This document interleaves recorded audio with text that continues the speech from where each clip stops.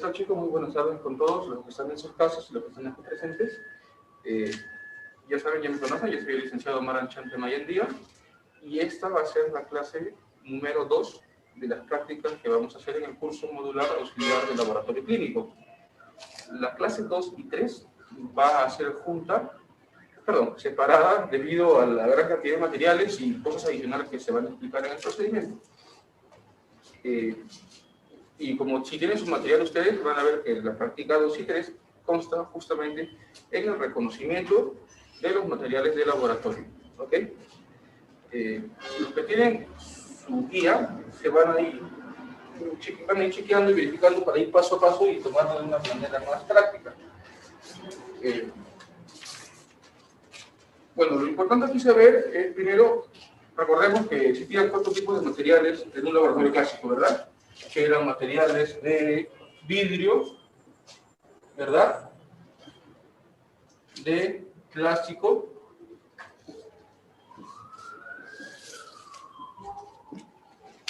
de porcelana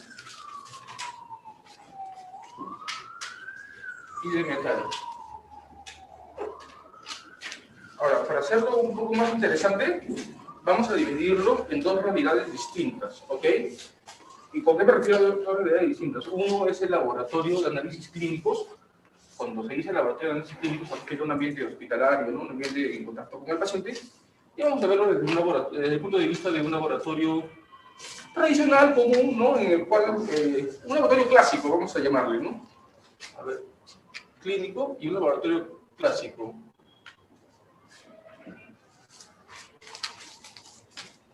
Acuérdense que el laboratorio clásico, ¿no? Es el convencional, ¿no? Con el que tenemos gran parte de estos materiales, y inclusive hasta mediados de ciertos tiempos, ¿no? Me parece en los 90, inclusive se seguían usando estos materiales en el laboratorio clínico, pero con el avance de la tecnología, ¿no? Con nuevos métodos de detección de reacciones químicas en cuestión a moléculas, en cuestión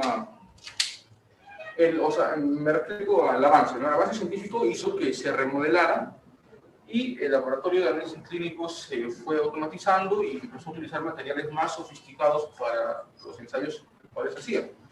Así que prácticamente nosotros vamos a partir desde aquí hasta acá, de una manera sintética, por así decirlo, ¿no? Y vamos a empezar, y en este caso tenemos básicamente estos tipos de materiales: vidrio, plástico y metal. El material de porcelana podríamos entender, claro que sí, pero ya no se han usado mucho en el laboratorio clínico y los laboratorios clásicos lo suelen usar, pero el tema es que es un poco más costoso de conseguir los materiales y igual esto es lo más didáctico para que nosotros podamos hacer la clase a total cabalidad.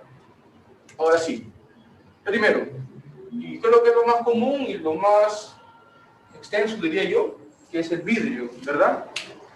Y el vidrio se usa igual tanto en laboratorios clásicos, como así lo denominamos ahora, y también se usa también en los laboratorios clínicos. Si pueden ver en su guía, ¿no? Existen varios tipos de vidrio, ¿no? Entre el vidrio clásico, el vidrio de marca Pirex, ¿no? Hay más de 9 tipos de vidrios en el cual se incluye la gran sofisticación en el cual se pueden encontrar. El vidrio de por sí es un sólido amorfo. ¿Qué significa que sea un sólido amorfo? Que su estructura molecular del vidrio no está de una manera organizada. Por su contraparte tenemos el sólido cristalino, que tiene una estructura de forma más organizada, de manera sencilla, ¿no? Sólidos, en el caso del vidrio, ¿no? Los sólidos cristalinos y los sólidos amorfos. El vidrio es un sólido amorfo. ¿Qué característica tiene que sea un sólido amorfo? Cuando se preparan los vidrios y se llevan a su temperatura de fusión, el material, no vamos a ver ese caso solamente, tiende a deformarse, ¿no? No es como un sólido cristalino en el cual sus puntos de fusión y sus puntos de ebullición son fijos. Acuérdense lo que estaba en la materia, ¿no? Sólido, líquido, gaseoso. En el caso, si el vidrio sólido pasara a líquido, y si fuera un sólido cristalino, esto sería tal cual, de sólido a líquido. Se vería de esa fase rápida. En cambio, los sólidos amorfos tienen una característica especial que, como no tienen puntos de fusión definidos, estos se van a ablandar.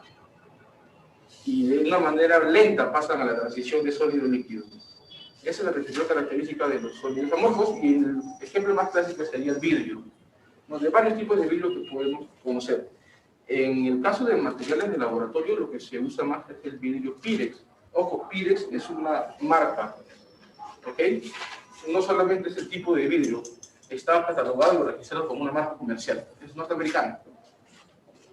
¿Y cuál es la composición del vidrio? Bueno, la composición del vidrio en general está compuesto de óxido de silicio, óxido de sodio, óxido de potasio y otros compuestos óxidos en el cual dan estas características al vidrio. Pero ¿cuál es la diferencia del vidrio Pirex, que es el que tiene un uso más en el ámbito clínico de laboratorio? Es que tiene una gran proporción de compuesto químico que es borosilicato. El borosilicato está compuesto por una gran proporción en el material de los vidrios de Pirex, lo que hace que estos tengan las características propias que tiene ese material. Y si lo comparamos con un vidrio convencional, ¿cuáles creen que serían las diferencias? ¿Alguien tiene una idea? ¿Están en casa? Si pueden escribirlo por el chat, yo lo voy a ver. ¿Alguien aquí del presente tiene alguna idea de cuál es la diferencia entre un vidrio convencional y un vidrio Pirex? Sí, resistente al calor. Claro, esa es la característica más evidente, ¿no? Es más resistente al calor. Y básicamente es lo más importante. Un vidrio convencional, vamos a suponer que es un vidrio convencional, no puede soportar temperaturas mayores a 135 a 120 grados. Rápidamente pierde su estructura como la conocemos y no tiene las capacidades tal cual un vidrio Pirex. Esto soporta temperaturas altas, inclusive temperaturas de esterilización. Eso le da la característica que sea empleado para el laboratorio clínico, ¿no? Ya que en el laboratorio clínico o en el laboratorio clásico se hacen reacciones químicas en el cual involucran, en algunos casos, llegar a temperaturas de ebullición o que estén sometidas a temperaturas mayores a 100 grados, 180 grados inclusive, ¿no? Básicamente esa es la característica que le da el material de Pirex, ¿no? Y obviamente es el más distribuido en el ámbito clínico. Inclusive no solo clínico, inclusive también en casa quizás podemos tener algunos materiales de Pirex, ¿no? Por el tema de la cocina, ¿no? Y las mismas características, ¿no? Se dice que los materiales de por sí, los sólidos en general, con el calor tienden a dilatarse, a expandirse, ¿ok? Mientras más calor se someta a este material, en este caso el vidrio, el material se extiende. Sobre todo los metales es un poco más evidente ver esa característica. ¿Qué pasa con el Pirex? Es una característica también de que sea muy resistente al calor, porque la dilatación con el calor es muy baja. Eso sobre todo es la característica que le da o que se le confiere al Pirex para que sea muy resistente a los cambios de temperatura. Sobre todo eso, es muy resistente a la dilatación térmica. Ese es un término más apropiado. Así que bueno, y en resumen, ¿es mejor utilizar materiales de Pirex? Siempre hay esa discusión, ¿no? ¿Qué es mejor, utilizar materiales de Pirex o materiales de vidrio clásico? ¿Alguien tiene una idea? Obviamente, lo mejor de todo sería Pirex, ¿no? Sería lo más óptimo, pero ¿qué pasa? Que en algunos casos no hay un poco de recursos. Los materiales de Pirex son los precios, la diferencia de precios son muy contrastables en el vidrio común. Así que lo que hacen los laboratorios es usualmente comprar de ambos, pero siempre priorizando lo que más hacen, ¿no? Si tienen muchos protocolos de algún tipo para detectar alguna reacción química sobre alguna molécula que involucre cambios de temperatura bruscos o que siempre estén con el sistema de llegar a ebullición, sería más óptimo utilizar materiales de Pirex. Caso contrario, donde solamente se hagan tipo de reacciones con temperatura ambiental o ligeramente aumentados, 37 grados, que es lo más convencional, pues se utilizan tubos de vidrio clásico. Sobre todo con los tubos de ensayo, ¿no? Que son los más convencionales de ver. Pero sobre todo con materiales como los Beaker, la Fiola, esos materiales no se encuentran de vidrio así normal. Su forma más representativa de encontrarse es de Pirex. que es una forma, es mejor también encontrarlo de esa forma porque con estos materiales se pueden hacer se puede trabajar de muchas maneras, ¿no? Ahora, vamos a ver sobre todo primero los materiales de vidrio. El primero creo que todos lo conocen, es un material muy sencillo, muy común, ¿no? El famoso tubo de ensayo, ¿no? El tubo de ensayo siempre sirve para hacer cualquier tipo de reacción química en él, ¿ok?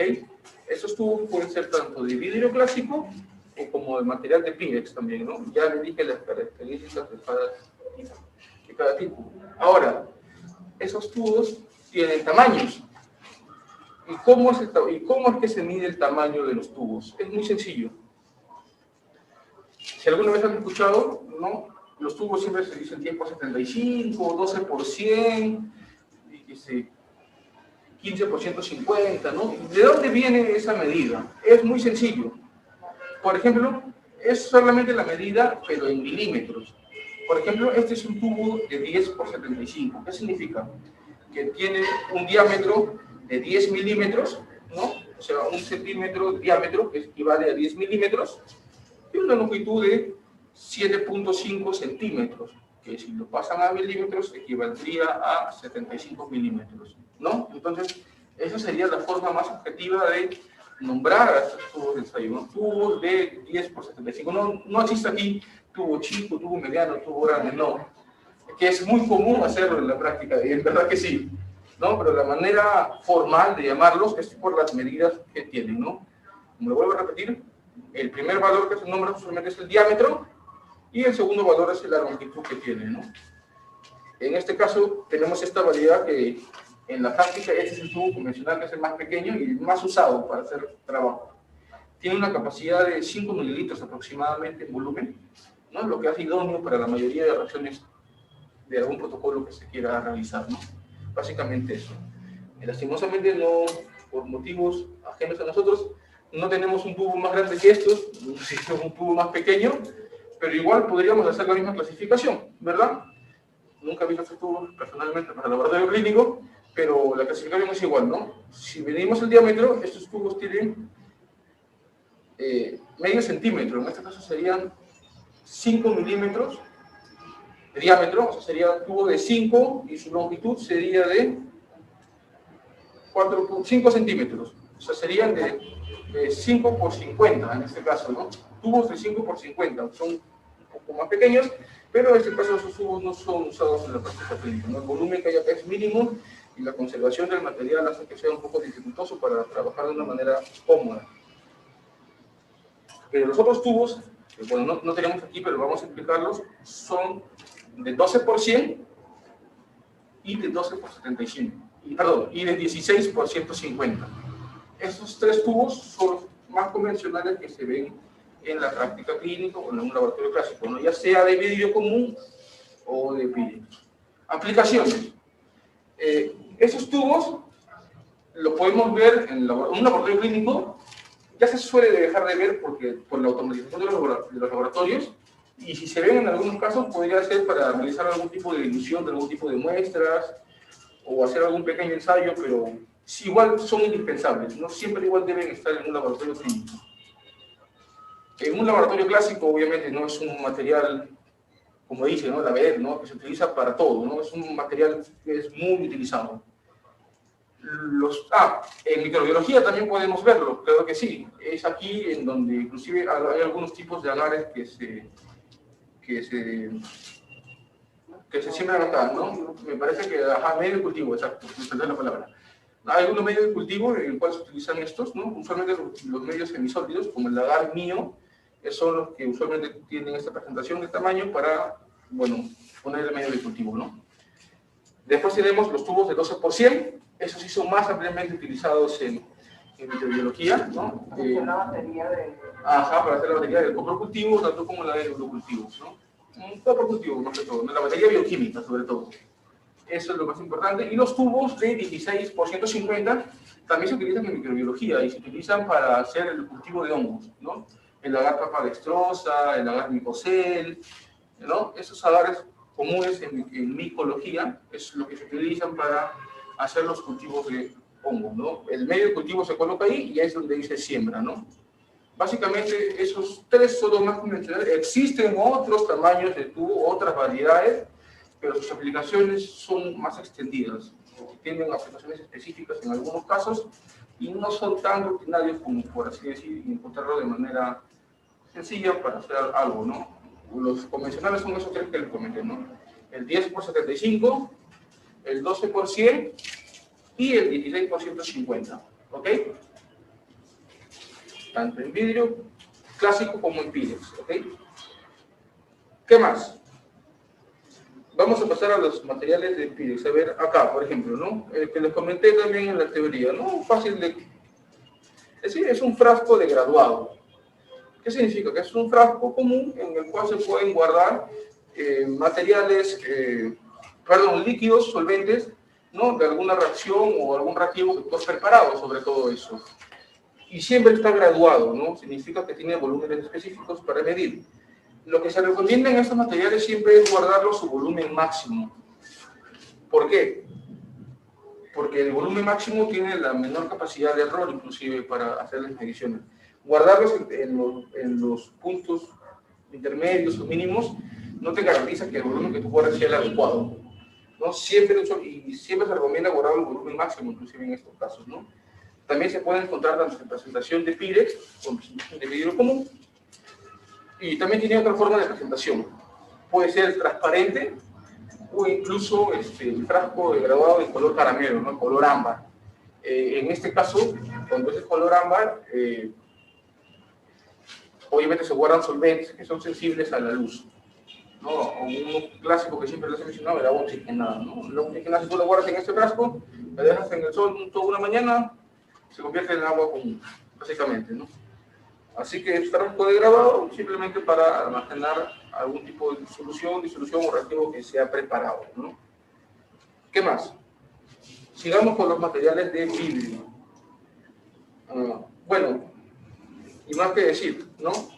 El beaker, o también conocido como vaso de precipitado. Este mayormente tiene presentación en Pirex, en el vidrio Pirex, ¿no?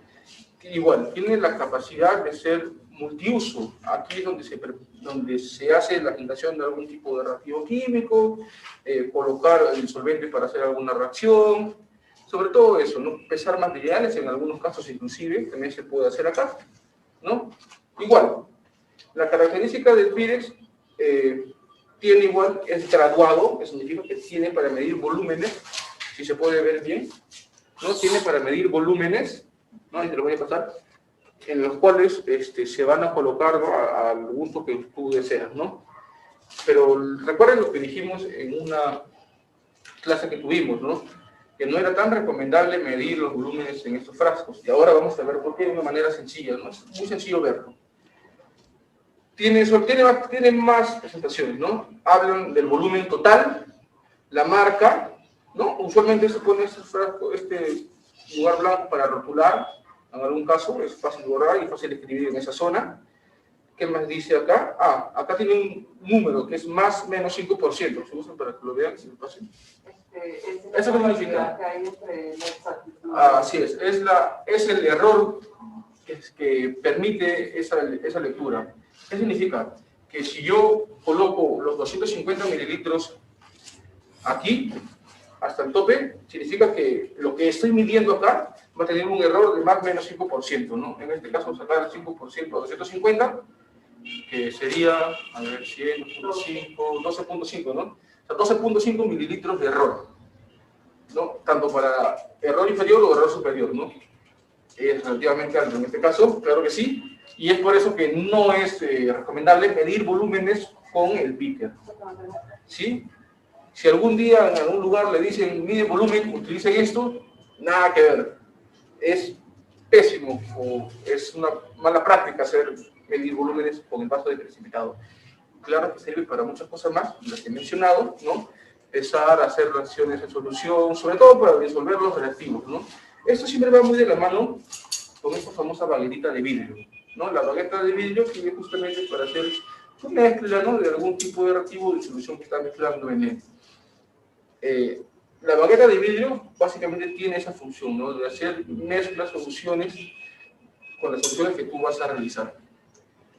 Esta bagueta también puede ser de Pirex o puede ser de vidrio común, ¿no? La ventaja de que sea de vidrio es que los materiales tienden a adherirse menos al vidrio, en este caso. Eso hace idóneo para que cuando tú mezcles materiales te garantice que lo que estás mezclando dentro de él no se adhiera nada a la superficie. Es idóneo utilizar las baguetas de vidrio. Existen otras presentaciones, claro que sí, de metal y de plástico. Cada una tiene su diferente aplicación, inclusive. Por ejemplo, el metal ya no es tan difícil la bagueta de metal. ¿Por qué?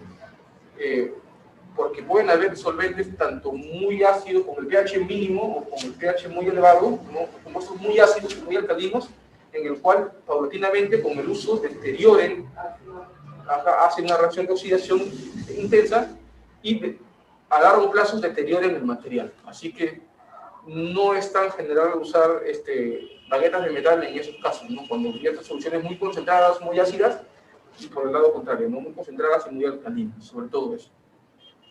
Sobre lo demás sí se puede usar, es muy común. Y por otro lado tenemos también a la bagueta de plástico, que también tiene un poco sus limitaciones por el tema de la acidez y los compuestos muy ácidos, pero son más económicas en ese caso, ¿no? Y lo idóneo es en este caso utilizar una bagueta de vidrio para hacer la mezcla de la disolución que tú vayas a emplear, ¿no? La presentación más común, de 20 centímetros aproximadamente, ¿no? Y es igual tanto por un extremo como por otro extremo para dar la facilidad de hacer la mezcla común, ¿no? Así que estas son las baguetas de vidrio. Tenemos varias en sí porque vamos a utilizarlas en las próximas prácticas.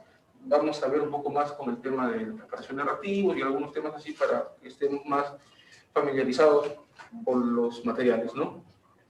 ¿Qué más tenemos?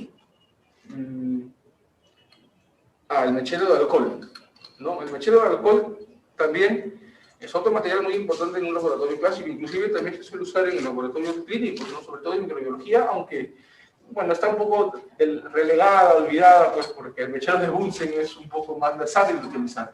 Sin embargo, se nos queda atrás, ¿no? Tiene la ventaja de ser portátil. No puedes mover de un lugar a otro, en cambio el mechero de Bunsen solamente se puede quedar en un lado, o pequeña movilidad porque está conectado a una fuente de gas. Y con esto también podemos hacer Acá también, claro, más práctico.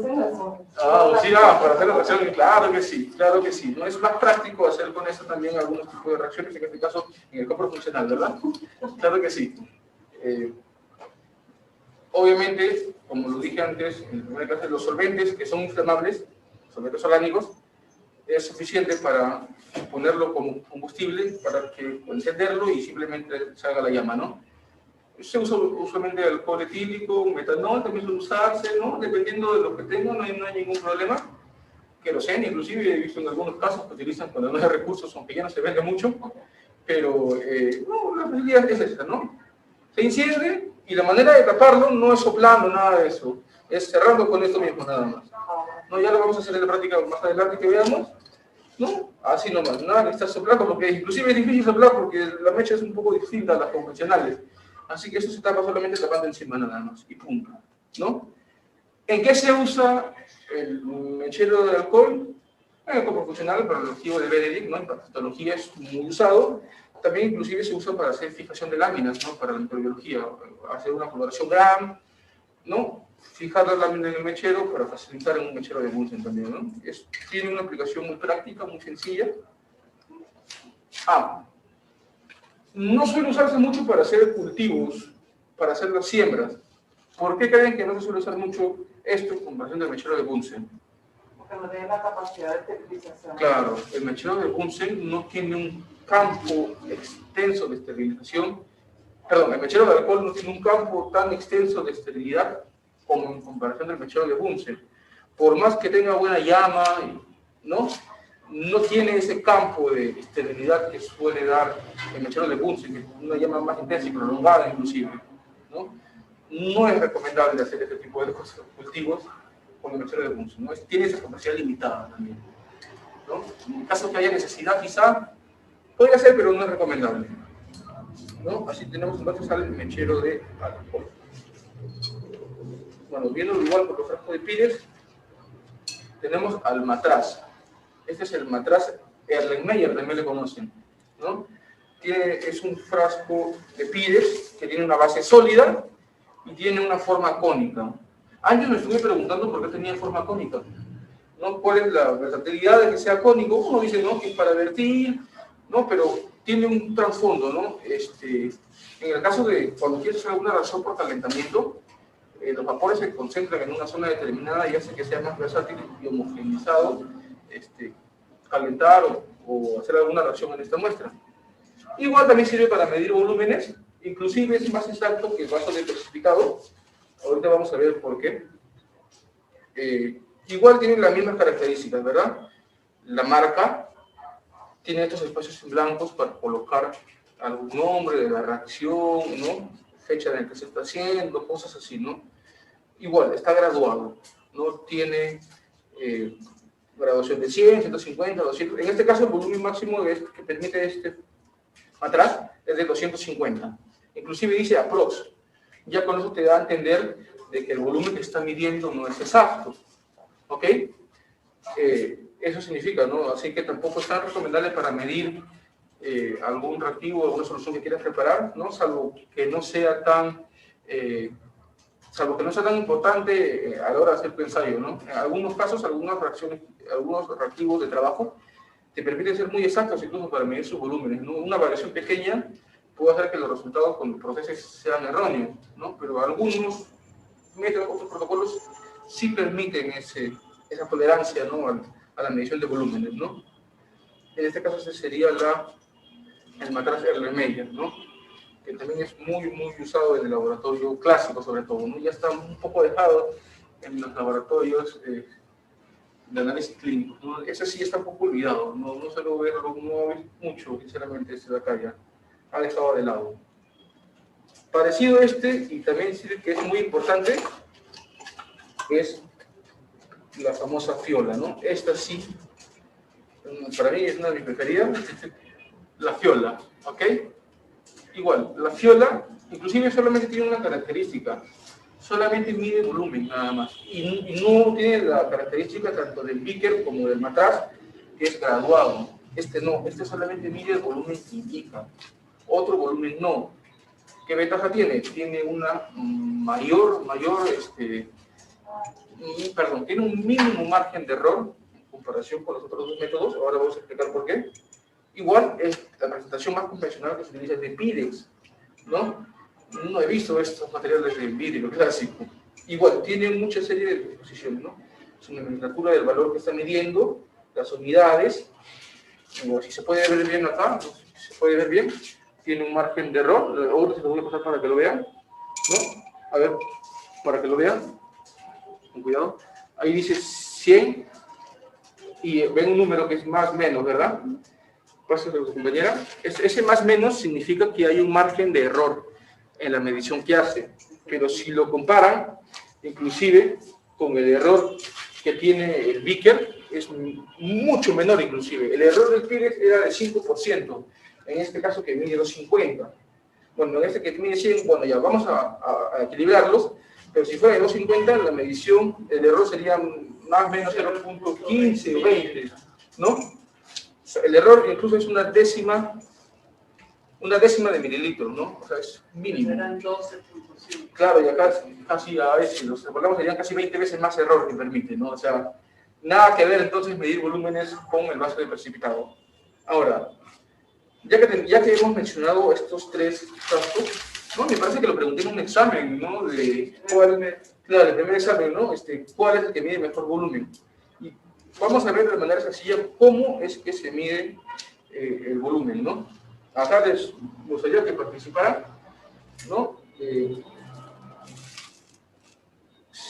Acá tengo una piseta de 500, y acá tengo una de 250, para que vayan llenando acá si tú puedes llenar el volumen de 100, y si tú puedes llenar el volumen de aquí, pero vamos a hacer algo fácil. Les voy a ayudar a llenar hasta cierto. Vamos a utilizar agua corriente en este caso, no se debería, ¿ok? Pero, bueno, para el tema de versatilidad y a guardar el agua destilada para futuras prácticas, vamos a utilizar el agua corriente, ¿no? Primero, y es para que participen, pónganse los guantecitos, ¿ok? Supongamos que tengamos agua destilada, ¿no? Supongamos que esta sea nuestra agua destilada. Cuando se quiera llenar y medir el volumen correcto, lo primero que se debe hacer es medir el volumen que quieres, pero nunca llenarlo al tope del volumen que se pide, ¿no? En este caso, si esto tiene un volumen de 200 que marca acá, y yo quiero medir 200, vamos a llenarlo hasta una raya antes de, ¿no? A ver, en este caso, para llenarlo, aquí no hay problema, ¿no? Siempre, nunca llenar al tope. Nunca llenar al tope, ya sea en cualquier tipo de material de laboratorio, ¿no? Siempre llenar hasta un poquito más de lo que se pida. Yo te recomiendo llenarlo cerca al... Ahí, sí, un poquito más si gustas. Ahí está bien, suficiente. Y aquí con cuidadito, la piola, ¿no? Sujétala siempre de la base con las dos manos y llenarla aquí. Solamente vas a llenarla con el agua corriente en este caso, ¿no? Llénala, nunca te llenas el total. Miren, esta tiene una marca aquí. Esta marca significa que ahí está midiendo el volumen que indica. En este caso, tú vas a llenarlo solamente hasta que empiece la forma, ¿no? Que tenga la forma cónica, ¿no? Y con cuidado porque cuando pasa eso, el volumen se llena muy rápido. ¿Me permites? Para mostrar acá. Gracias. El primer paso, como les indico, es llenar, por ejemplo, en este caso, se va a medir 200 mililitros, pero nunca llenarlo a totalidad, porque es muy probable que nos pasemos y se pierda el error que vamos a medir. Así que a partir de este caso, lo que se hace es ayudarse de algún otro objeto en el que sea más fácil medir. En este caso, vamos a utilizar la piseta, ¿no? Es un material de plástico que es muy fácil para agregar volúmenes que faltan a algún material, ¿no?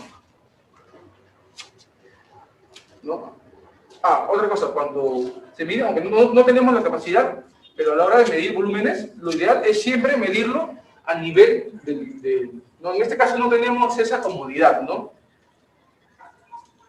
Ahora, algo importante. Si gustas, déjalo aquí para que estés como baja, con cuidado. Algo importante, y eso también quiero que lo sepan, es esto, la medición del volumen, cosa de tres pasos, ¿no? Vamos a ver que sería un beaker, ¿no? Con sus graduaciones. Acá tendríamos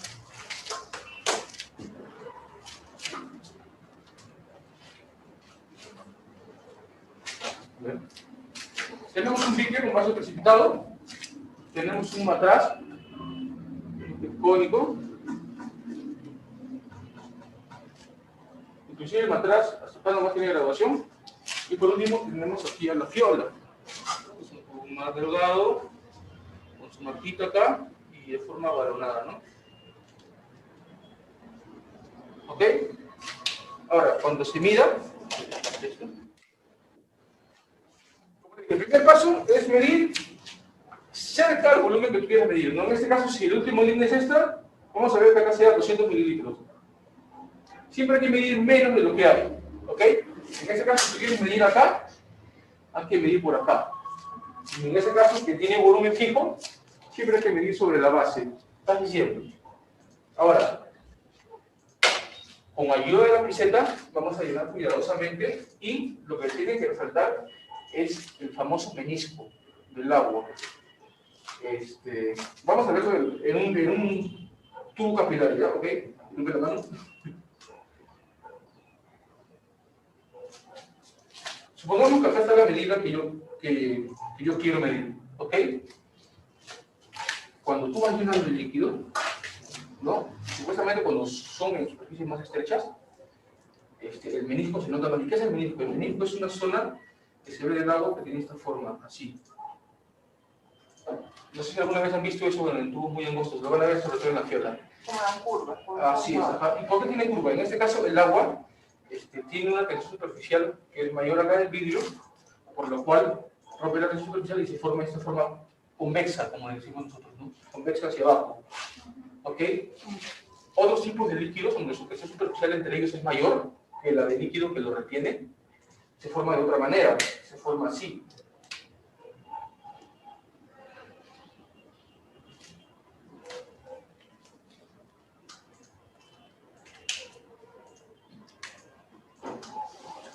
De forma cóncava, si lo ves desde arriba. ¿Ok? cuando las moléculas que conforman el líquido, si su tensión superficial es mayor entre ellas, se va a formar de esta manera, de forma cóncava. Pero si la tensión superficial del vidrio es mayor, se va a formar de esta manera. Ejemplo clásico aquí, el agua. ¿No? El agua. Un ejemplo clásico aquí, el mercurio. No sé si alguna vez han tenido la experiencia de ver el mercurio. Bueno, es muy grande en los termómetros. Si alguna vez han roto algún termómetro, ¿no han visto que se forman como bolitas? Siendo líquido. ¿Alguna vez han tenido esa experiencia de ver eso? ¿Y por qué se forma, siendo líquido, por qué se forman de esta manera? Eso significa que la tensión superficial entre ellos es mayor y hace que no se rompa y no se extienda como si fuera una molécula de agua. Es por eso que tienen esta capacidad, lo vimos de la forma de un capilar, ¿no? Otra cosa muy interesante también, que es algo más práctico inclusive, cuando la tensión superficial es así, significa que es mayor en los cubos, significa que la molécula se va a adherir a esto, ¿no? Lo que le decimos nosotros que moja. O sea, el agua moja el vidrio, ¿no? Que es como si todos los solventes o las moléculas que tengan esa disposición en el medio líquido van a mojar el material en el cual se encuentren. Eso es muy importante porque de esta manera ustedes pueden tener ideas sobre todo por los materiales. ¿Qué pasa con el mercurio? El mercurio, al tener tensión superficial mayor entre ellas, no va a mojar el líquido en el que se encuentre. O sea, si tú puedes llenar en una fiola de mercurio y lo vacías, no va a haber absolutamente nada de mercurio, teóricamente hablando, ¿no? En caso del agua, obviamente se van a quedar residuos en el agua, ¿no? Esa es una característica muy importante. Ahora, para medir volúmenes, el menisco, en el caso del agua que vamos a ver ahorita, debe estar por encima de la línea de medición. ¿Ok? Vamos a verlo mejor aquí. El menisco debe estar, o sea, si pasa lo que mide, en el caso de la fiola, el menisco tiene que estar encima. Y eso se ve cuando se llena a nivel de medición. Bueno, si pudiera, porque se va para llenarlo con cuidado. Ahí está la piseta, ¿no? Agarra siempre el cuellito, siempre con una mano agarrándolo, ajá, despacito, y llenando despacito, ¿no? Ajá. Ahora, te pido que te agaches un poco para que veas de frente. De ahí puedes observar el menisco. ¿Ves algo así? ¿Verdad? Se ve eso, ¿no? Cuando son superficies más estrechas, es donde suele verse más fácilmente el menisco. Ahora, ese menisco debe estar sobre la línea de llenado. Eso significa que el volumen que estás midiendo es el adecuado.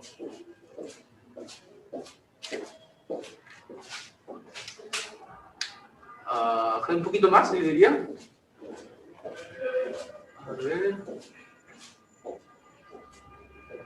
Ahí está. ¿Ok? ¿No? Si lo podrías ver también tú.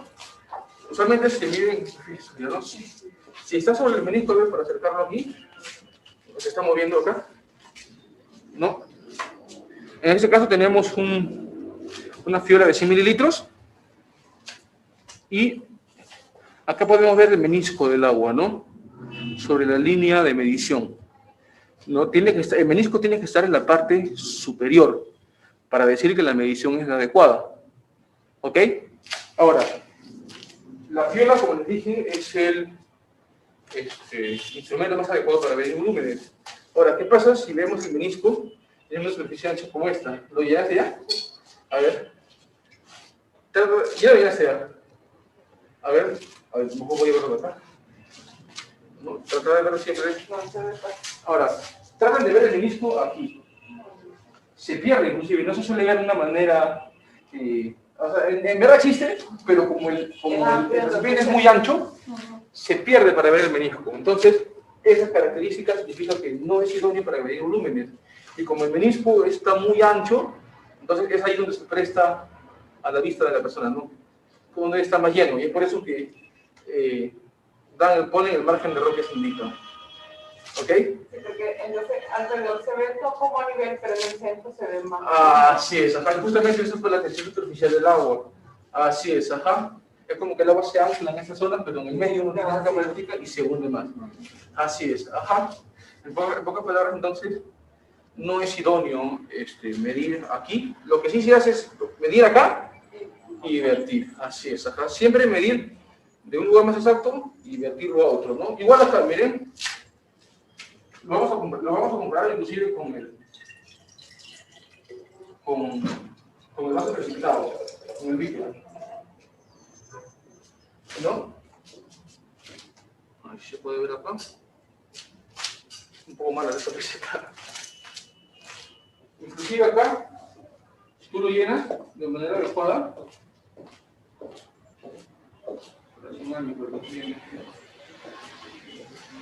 aquí se lo ves un poquito mejor. Si tiene buena vista, se ve un poquito mejor el menisco.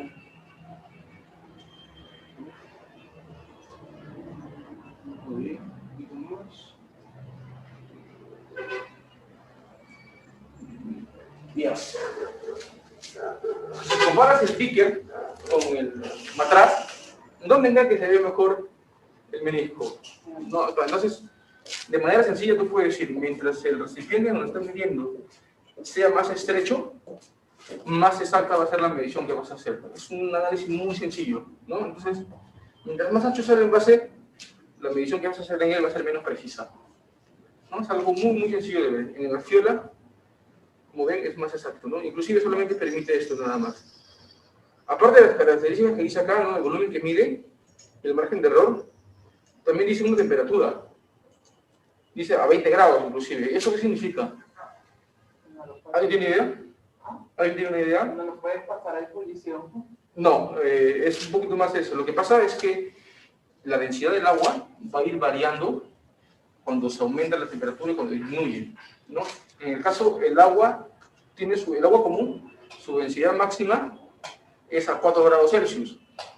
Mientras más sube su temperatura, la densidad va a disminuir. Entonces, a 20 grados Celsius es lo que mide esto, así, los 100 mililitros, ¿no? Si la temperatura aumenta, la medición que va a hacer no va a ser la adecuada. Así que esas cositas que están en los instrumentos también tienen cosas muy importantes. Inclusive les podría hablar de cada una de ellas, ¿no? La marca, qué tipo, si es IN o EX, ¿no? Que son otras ya variables de un poco más analíticas, pero básicamente tienen su función importante para las mediciones. ¿Ok? ¿Qué suele medirse acá? Si, o algún reactivo de trabajo que quieras hacer, ¿no? Acuérdense que las concentraciones que se hacen de algún reactivo están siempre o en miligramos por decilitro o en porcentaje, ¿no? En masa volumen, o también en la famosa molaridad, ¿verdad? En el molar, ¿no? Que significa moles por volumen, ¿verdad? ¿Algunos han escuchado eso? Sobre todo cuando las mediciones son con molaridad, perdón, suelen hacerse en la fiola. Pero me olvidé de otra cosa, miren, incluso me olvidé de la probeta. Nada, tenía acá adornada hace rato. ¿No? La probeta también es multiuso, ¿no? Siempre tiene una base sólida, ¿no? Para evitar que se caiga. Igual, la finalidad también es medir los volúmenes, inclusive esta es más graduada que el Vickers y el matraz, ¿no? Normalmente el matraz y el Vickers no se utilizan para medir volúmenes, absolutamente no. Si tú quieres medir volúmenes, es o fiola o probeta, ¿no? En el caso de la probeta es un poco más versátil porque es graduada y entonces tiene la facilidad de medir el volumen que tú quieras, ¿no? En este caso tenemos una probeta de 100, un bolito con sus características, ¿verdad? El nombre de la marca, a qué temperatura debe estar midiendo, en este caso igual que convencional a 20 grados Celsius, ¿no? Y las graduaciones, en este caso tiene de 10 hasta 100, inclusive tiene graduación por mililitro, ¿no? La sensibilidad de la probeta, perdón, ¿no? Que puede diferenciar 1 mililitro de variación inclusive, ¿no? La manera de llenarlo es similar, no vamos a perder tiempo llenándolo, pero de todas maneras el menisco se suele ver mejor acá. O para hacerlo más práctico, a ver.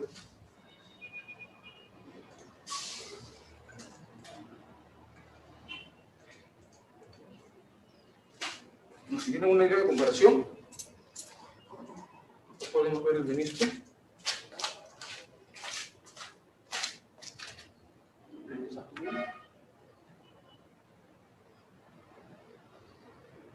Ahí está, un poquitín, creo, ¿no? O sea, inclusive acá se ve el menisco, mucho mejor que acá, ¿no? Pero el recipiente es muy ancho, lo que hace que no sea tan adecuado, ¿no? Pero la versatilidad de la probeta es mucho mejor porque tú puedes medir el volumen que quieras, ¿no? En cambio las fiolas solamente tienen un volumen fijo, ¿no? Así que esta es una manera práctica, ¿no? Es la única manera, creo, más sencilla de ver qué instrumento es el más adecuado para medir un volumen, ¿no? Y siempre medir el volumen, como les digo, sobre los famosos discos de forma del agua, ¿no? Eso es lo más importante de la medición. Así que para cualquier medición que hagan, siempre debe estar sobre ese nivel. Sea que pongan cualquier reactivo o cualquier cosa, la medición siempre debe ser sobre ese punto. ¿Ok? Hasta ahí creo que no hay alguna duda, alguna consulta, ¿verdad? Ok. Aquí eso que no nos sirve. Otra cosa también que es muy interesante mencionar es que cuando los materiales de laboratorio, en este caso si son de pieles, son nuevos, tienen una peculiaridad. Si tú quieres trabajar con un material nuevo, es incorrecto, no se debería hacer. ¿Por qué? Porque con el piles, en este caso es nuevo, usualmente el material es un poco alcalino, o sea, está un poquito, su pH es un poquito más elevado. O sea que si tú quieres hacer una reacción así de frente, no es lo recomendable porque el resultado que va a salir no es el esperado, tanto para la fiola, tanto para el matraz, tanto para la probeta, para casi todos los materiales de Pyrex. No suelen ser más alcalinos el volumen que almacena, así que lo que se hace usualmente es lavarlo con agua, pero no con cualquier agua, ¿no? En ese caso sería con un agua destilada, mínimo que sea destilada, ¿no? O sea, destilada, destilada, por osmosis inversa, ¿no? Inclusive también podemos hacer un paréntesis y hablar un poquito más del agua, que quedó un poco corto en las clases teóricas, y también saber diferenciar los tipos de agua que hay en un laboratorio clínico. Acuérdense que el agua, bueno, pues es un componente base en cualquier reactivo de trabajo de laboratorio, inclusive. Según el Comité Nacional para Laboratorios Clínicos, el agua se divide o se clasifica en 3 tipos. Tipo 1, me parece que lo ven así, NCCLS, Comité Nacional de Laboratorios Clínicos. Se divide en tipo 1, tipo 2 y tipo 3. ¿Ok? Antes de saber esto, primero hay que diferenciar también otros tipos de agua, ¿no? El agua corriente, o también agua potable, ¿no? Es un agua que solamente pasa por un proceso de eliminación de microorganismos y algunos metales peligrosos. La definición básica es que el agua es solamente el agua potable, perdón, es apta para el consumo humano, ¿no? Igual tiene otras moléculas como sodio, potasio, flúor inclusive, ¿no? Pero lo que caracteriza el proceso de potabilización significa que elimine elementos peligrosos, tanto como algún tipo de microorganismos, que suelen ser muy comunes en el agua potable, como las aeromonas. Es una bacteria muy común presente en el agua, ¿no? ¿Qué metales suelen quitarse de ahí? El antimonio, el arsénico, ¿no? El plomo, ¿no? Materiales peligrosos. Así que el agua corriente es agua apta para el consumo humano, así de simple, pero utilizarla para el laboratorio clínico, nada que ver, ¿no? Inclusive, si vas a hacer mediciones de algún mineral, de algún catión, es totalmente inútil hacerlo con agua corriente. Así que el agua potable, corriente, como lo hicimos en el laboratorio clínico, tiene que pasar por mayores procesos de purificación para que ésta sea usada de forma óptima en un laboratorio clínico. Así que la NCLS clasifica de una forma más versátil 3 tipos de agua, ¿no? Obviamente tipo 1, que sería la mejor, a tipo 3, que sería la de uso menos extendido, ¿no? En el tipo 1 se utiliza sobre todo en laboratorios que son de alta jerarquía, donde los procesos que se van a hacer son muy minuciosos, ¿no? Y requieren la mayor pureza de agua posible. ¿Qué podemos encontrar ahí? Al agua desionizada por ósmosis inversa. Agua desionizada por ósmosis inversa. Inclusive, en los laboratorios clínicos, utilizan esta agua para los equipos que requieren. Algunos equipos de bioquímica, sobre todo, donde se consume gran cantidad de líquidos por los lavados de los reactivos, inclusive, se utilizan, o la marca del equipo requiere que el agua que se utilice sea, inclusive esta, que es ionizada por osmosis inversa. Es una agua muy pura que elimina la gran cantidad de minerales que se pueden encontrar en el agua, lo que hace que la pureza esté muy asegurada. Es muy usada en el ambiente de laboratorio clínico. Es un destilador exclusivo que es bien caro de conseguirlo, no cualquier empresa lo consigue así nomás, pero es un agua de alta calidad, ¿no? En algunas literaturas incluyen a la bidestilación, inclusive acá, ¿no? La destilación, acá le ponen bidestilación porque significa que es doble. Bidestilación. La destilación también es un proceso de purificación. Lo que se hace es jugar con el punto de fusión del agua y eliminar los residuos minerales que se vayan vaporizando y así purificar el agua, ¿no? Destilación, una destilación, bidestilación, doble destilación, ¿no? Es una forma también de dar pureza al agua. En el tipo 2, perdón, agua de tipo 2, se puede incluir a la destilación, ¿no? Como un método más práctico de purificar el agua, ¿no? Inclusive algunos laboratorios que no son tan exigentes con los reactivos o moléculas que vas a determinar en un protocolo, no los exigen, ¿no? No permiten que sean tan exigentes, así que con una destilación basta para que el agua sea óptima para usarse para este procedimiento, ¿no? Y por último, el agua de tipo 3, no recuerdo tanto, pero también es un tipo de agua en el cual el grado es un poco menor, no es agua potable, pero también sirve igual para uso de laboratorio, sobre todo para el lavado de materiales, ¿no? Materiales del laboratorio, ¿no? Es usualmente usado el agua de tipo 3 para la limpieza de materiales de laboratorio. No es lo ideal usar agua corriente, en algunos casos sí se hace dependiendo con el material que se trabaje. Otra cosa, inclusive algunos instrumentos de laboratorio como el beaker, la fiola, la probeta, si vas a hacer trabajos con agua de tipo 1, el protocolo de calidad exige que los materiales se laven con esa misma agua. En ese caso, si tú estás trabajando alguna prueba con alta sensibilidad, ¿no? Que se requiere esta agua de tipo 1, el material se exige que se lave con la misma agua, porque si tú lavas con aguas con más impurezas, entonces los minerales se pueden quedar en el vidrio, ¿no? Pero tampoco es así. El Pirex tiene esa ventaja también de que trata de no retener cualquier material que sea depositado en él. Esa también es una ventaja, pero sin embargo, ¿no? Los errores usualmente se determinan porque no se cumplen los protocolos establecidos.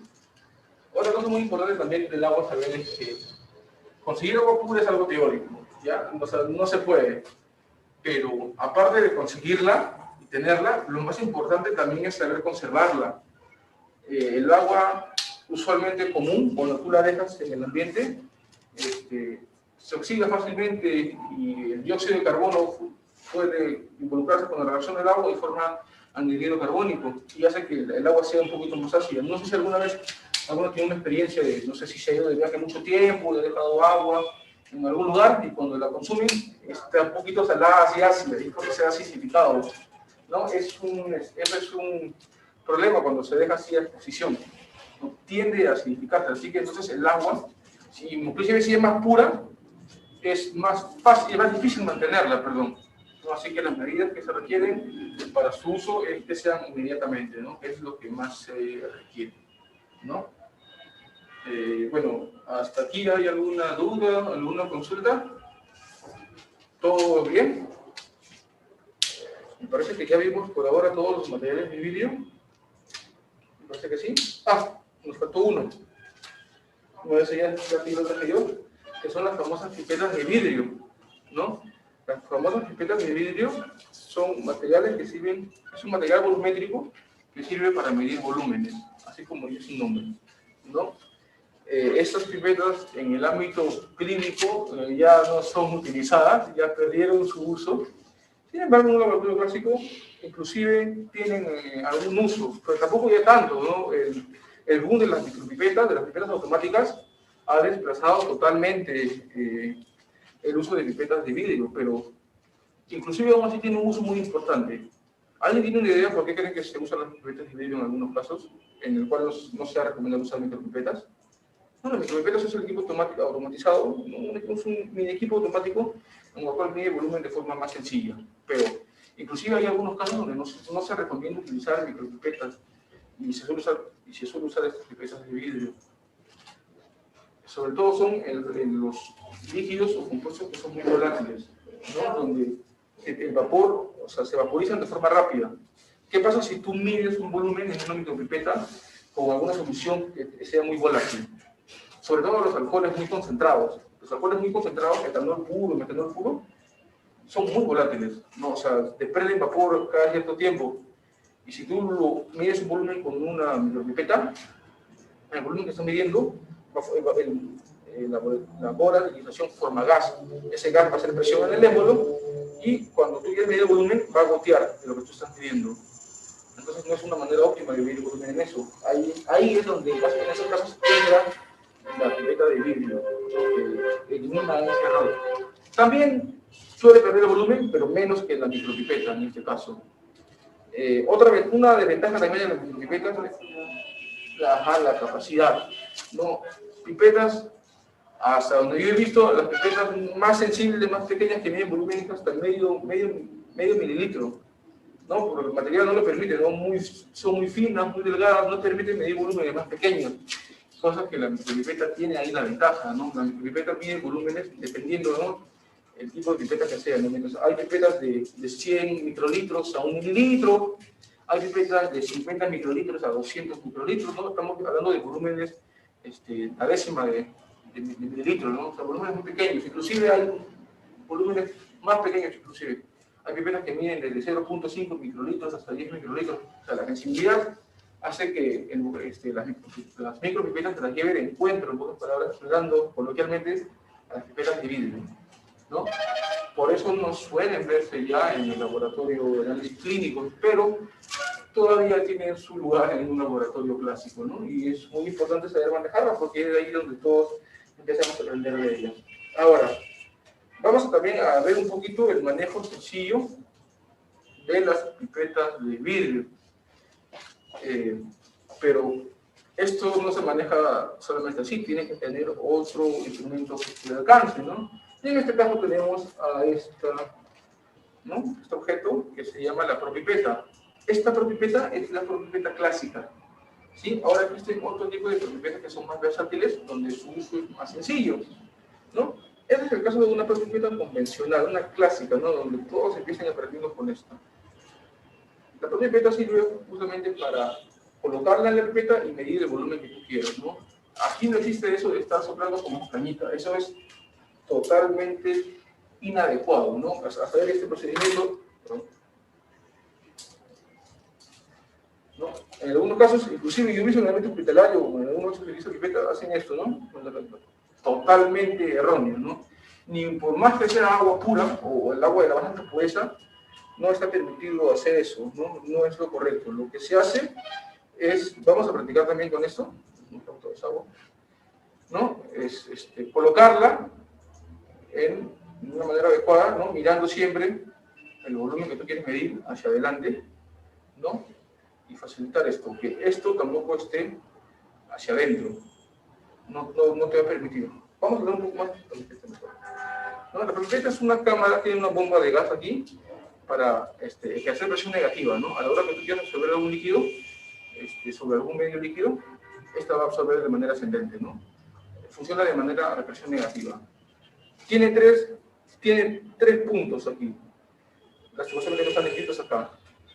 Aquí es S, no, perdón, aquí es S de succión, E de eyección, me parece que acá es P, ¿no? Lo que hacemos aquí primero es para generar la presión negativa, lo primero que hacemos es presionar esta zona de aquí, que no dice el punto lastimosamente, y generar la presión negativa, ¿no? Así se usa, así es el primer paso para usar una propipeta. Luego de eso, tienes tu pipeta, el volumen que tú quieres medir, los volúmenes, las graduaciones deben estar frente a tus ojos, ¿ok? Se coloca, ¿no? De forma suave nomás, no hay que presionar mucho, ¿no? Y después en el botón debajo de la bomba hay una letra S, que significa succión. Lo colocas en el recipiente que estás midiendo y aprietas de manera cómoda, ¿no? Ahí yo lo he colocado mal esta vez. Siempre se coloca mirando esto hacia afuera. ¿no? Succión, y por último, cuando quieras depositarlo en donde debes depositarlo, E de eyección, ¿no? Es algo sencillo de utilizar, pero en la práctica creo que se va a ver un poco más en la destreza, ¿no? Cuando se retira, usualmente sueles presionarse eso y se retira de forma suave, ¿no? Y ya está. La propia pipeta, esta clásica, como les digo, es un poco más tediosa de usar. Las que son actuales tienen una versatilidad más sencilla. O sea, tú ves los materiales y que sabes que con esto sube, con esto baja. En cambio, aquí es una aplicación más técnica, pero igual tiene la gran utilidad, ¿no? Me gustaría que los clientes puedan practicar. Acá tenemos dos pipetas, ¿no? Vamos a invertir esto acá.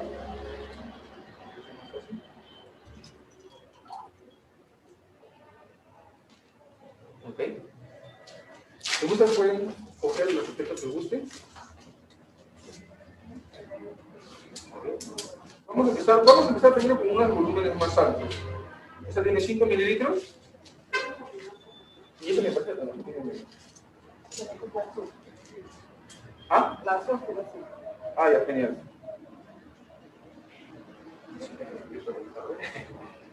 Hay una pipeta para cada uno. ¿Okay? Lo primero que se debe hacer, la pipeta dejando a un lado, y lo primero que deben hacer es presionar. Ven que en la parte superior tienen, bueno, no dice la letra, pero ya hay una letra, se presiona en la parte superior, ajá, y se presiona aquí. Se presiona en la parte superior y se hace presión a la bombita, ajá. Sí, fuerte, ajá, fuerte. Ajá. Presionas y sueltas, y suelta tu mano izquierda. Suelta arriba. Suelta O sea, arriba. presiona arriba y La presiona la bomba y suelta tu mano izquierda, ajá. Y ya está. Ahí con eso generas la presión negativa. Después, agarras tu pipetita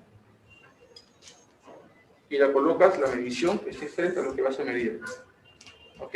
Y siempre esto debe estar, eres diestra, ¿verdad? Sí. Entonces eso debe estar mirando para afuera de tus manos, ¿no? En este caso, ajá, es la manera más óptima. Y la medición siempre debe estar delante de, ¿no? A ver, vamos a subir acá. Bueno, no tenemos el pipete adecuado, pero la idea es que la mesa, en el lugar donde vas a trabajar, muy aparte de la estabilidad, que es de por sí implícito, siempre debe estar a la medida de donde uno trabaja, ¿no? Hay mesas que solamente llegan acá, en algunos casos, así que es más fácil trabajar parado, en algunos casos sentado, ¿no? Pero la idea es que siempre el material con el que trabajes esté a ras de tu mirada, para que la medición sea más fácil de ver y también más ergonómico, pues en el sentido de que ya no se vas a estar moviendo o encorvando en este caso, ¿no?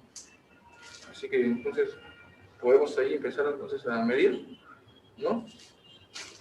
Con este de aquí, ese es succión, ajá. Claro, y tú mides el volumen que tú deseas, ¿no? En este caso, como es una pipeta graduada, tiene graduación para medir volumen, ¿ok? Ahora, con este de aquí es eyección. Presionas ese y va bajando, así es, ajá. Es muy práctico, pero hay que tener un poquito de estrés a practicar esto porque vamos a tener una práctica más adelante para preparación de soluciones. Si quieres seguir observando más. Igual, ajá, vuelve a succionar. Tiene retorno, sí, pero lo ideal es hacerlo rápido. ¿Qué pasa? Que la presión negativa en eso suele acabarse porque si eso se infla, cuando se infla la bomba ya no succiona, así es, pierde esa presión negativa. Ajá. Es por eso que usualmente las pipetas se utilizan de trabajo rápido. Ajá. Cuando pierden la presión negativa ya, entre comillas, ya no sirve. Ya. Así. Claro, tienes que comenzar de nuevo. Tienes que comenzar de nuevo. Ajá. Es por eso que es un poquito más tedioso utilizar estos materiales. Ya quedaron en el, así es. Ya quedaron en el olvido en este caso. No, pero siempre es bueno aprender de lo más difícil, ¿no? Que en el otro caso no, las micropipetas, ¿no? Listo, ¿no? Succionas, hecho. Succionas, hecho. Es un poco más sencillo. Nos sigo practicando. Más adelante, quiero que tengan destreza acá porque vamos a ver una práctica, me parece que va a ser la práctica número 5, donde vamos a tener la práctica de preparación de reactivos de laboratorio, ¿sí? Inclusive ya tenemos nuestra balancita, tenemos todo para preparar reactivos de laboratorio, que es muy importante, y así que medir volúmenes va a ser implícito en esa práctica y tenemos que manejarlo a diestra y siniestra. No sería que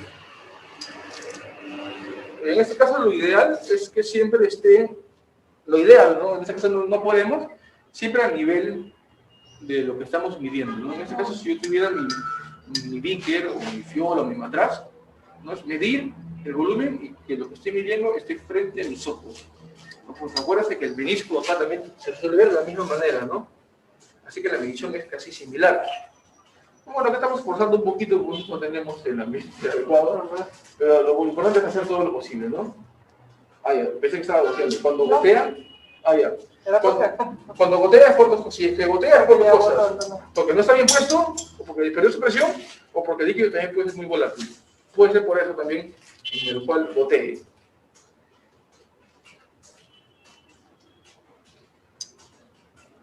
Así es, ajá.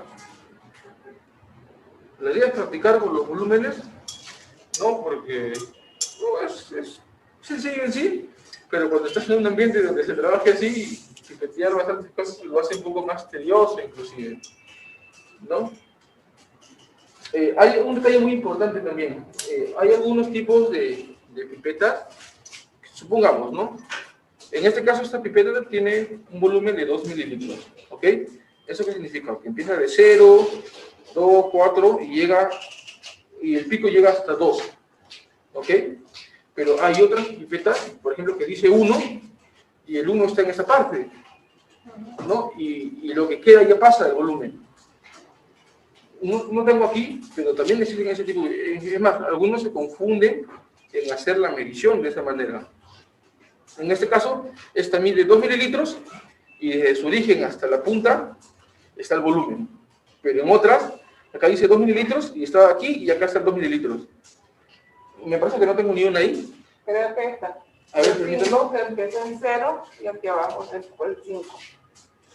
No, claro, o sea, termina acá, pero no está el 5 escrito acá. El 5 tiene que ser la punta. Ajá. Pero hay otras en el cual, por ejemplo, si esa dice 5, el 5 está acá, en la última línea. ¿Y eso qué significa? Significa que si tú quieres medir 5 mililitros, perdón, o sea, tú solamente tienes que llegar hasta ese punto, nada más. En el caso que no diga nada, se inyecta todo. Pero en el caso que diga hasta 5 mililitros, solamente debes inyectar el volumen y el agua debe quedar hasta ahí, ¿no? Es como algo inverso, ¿no? ¿Y por qué se hace? ¿Por qué algunas pipetas tienen esa versatilidad? Lo que pasa es que siempre hay un problema de cuando tú inyectas todo el volumen. A veces suele quedar, no sé si se han dado cuenta, gotitas de agua, ¿no? Exacto, ¿no? Esas gotitas de agua, aunque no crean, es un volumen, pero no significa que lo hayan hecho mal. Eso es el error propio de las pipetas. O sea, las pipetas, igual que los volúmenes de acá, también vienen con sus errores. ¿Recuerdan? Sí. No, esta mide 2 mililitros, por ejemplo, esta mide 2 mililitros y acá dice 0.1. Significa que 0.1 es el error de más que va a medir, o tanto para más o para menos. Entonces, eso es lo que suele quedarse en la punta cuando se vierte todo. Y no significa que estén pipeteando de manera adecuada, sino que es el error el que se está quedando en ese caso.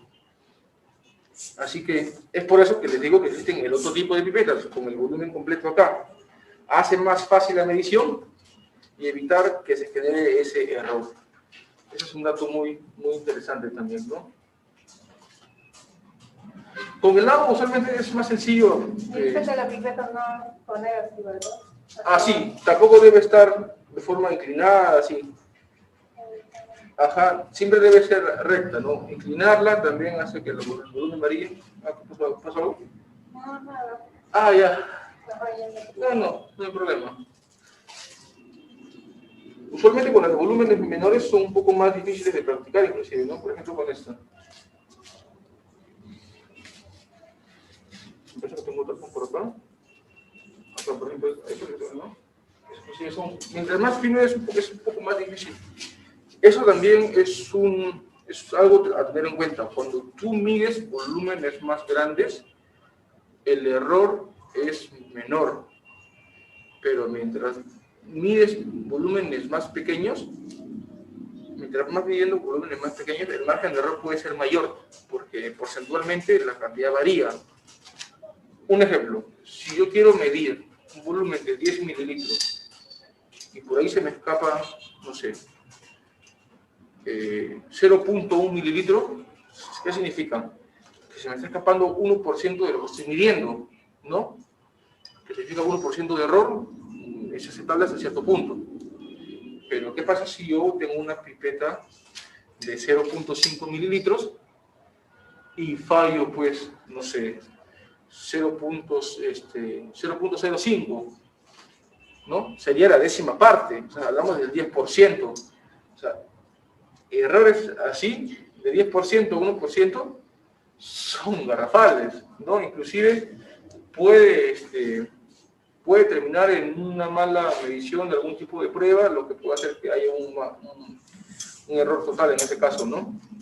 Así que los errores pequeños, perdón, las mediciones pequeñas tienden a generar más errores si no se hacen de la manera adecuada, ¿no? Por eso es muy importante practicar con estas pipetas, sobre todo si se obtiene una mayor destreza con pipetas de menos volumen, es más fácil al final medir con los volúmenes grandes, ¿sí?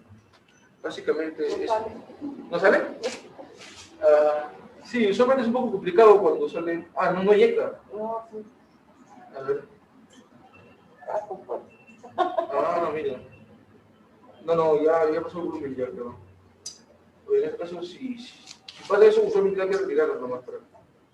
Claro, usualmente eso tiene un punto de presión, ¿no? Se coloca en cierto punto, ¿no? Ajá, a ver.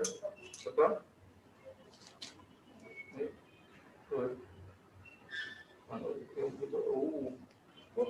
Sí, ya está un poquito dura, ¿no? Sí, está un poquito dura, Sí. Tiene razón, está un poquito dura. Ajá. Pero sí, además también perdió presión. Sí, también es el uso. ¿Cuál es la posición correcta, sí o así? Por ejemplo, si yo estoy midiendo, si soy diestro, mira, si estoy así es incómodo. Aunque uno dice incómodo por toda la calle, pero la comodidad formalmente está así, para afuera. Lo colocas así, la medición, lo que vas a medir al frente tuyo, no, hay que más. Succionas, eyectas, no hay esta manera, ¿no? Eso lo pasa como a tu gusto, no puede ser así o al revés, no hay ningún problema. Con eso no hay ningún problema. La situación es que absorba. Sí, así es. Y el volumen adecuado. Con los volúmenes pequeños, como les digo, es muy fácil que se pase, ¿no?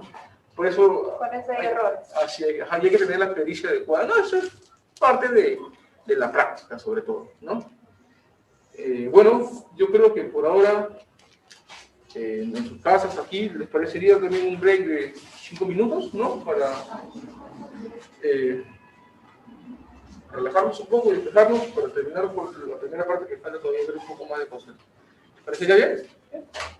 Genial. Chicos, en casa igual. A ver, sencillamente 10 minutos de break como para soltar las piernas, ¿no? Y retomar con lo que falta. ¿Ok? Genial. Para que vayan los servicios, cualquier cosa.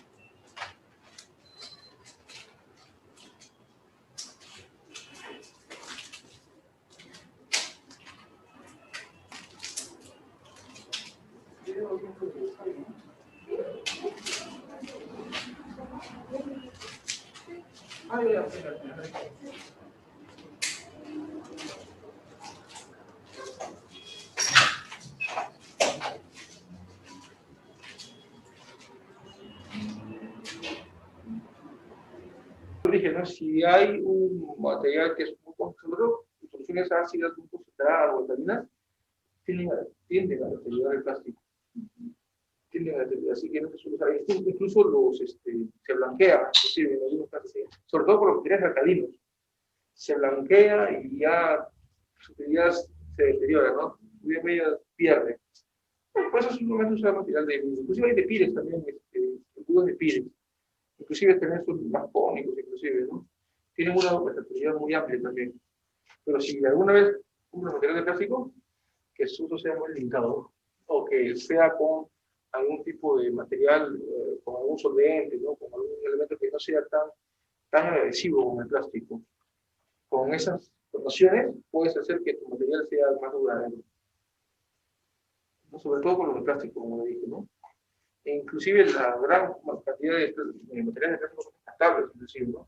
En algunos casos no, por ejemplo la piseta, ¿no?